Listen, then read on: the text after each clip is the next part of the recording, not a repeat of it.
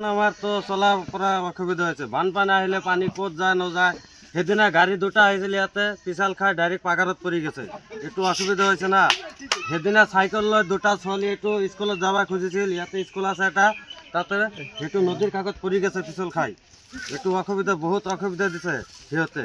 সৰকাৰেৰ কি আবেদন? চৰকাৰে আৰু মানে কি, চৰকাৰে এইটো ৰাস্তা যদি আমাক কৰি দিয়ে, এইটো বাংলাপাৰা ৰাস্তাখন যদি কৰি দিয়ে চৰকাৰে, আমাৰ ভাল লাগিব। আৰু শুনি কেনে ভাল লাগিব যে চৰকাৰে আমাক এইটো ৰাস্তাৰ কাৰণে কিবা এটা বনাই দিব লাগে। সেইটোৱে আমি চৰকাৰৰ তাত কৈ আছোঁ, আহ্বান জনাই আছোঁ আমি।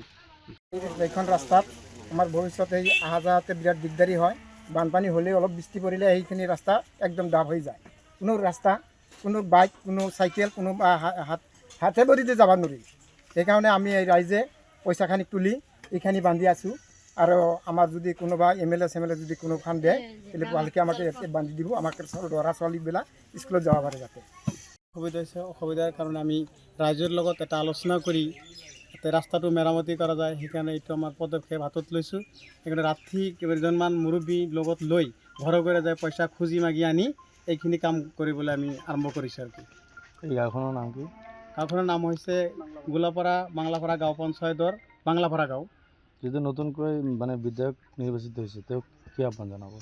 তেওঁক এইটোৱে আহ্বান আমাৰ, যাতে পৰৱৰ্তী এইটো কিবা ধৰণৰ যদি সা সুবিধা আহে এইখিনি আমাৰ ৰাস্তা যাতে কৰি দিয়ে, তাৰ কাৰণে আমি আহ্বান জনাইছোঁ।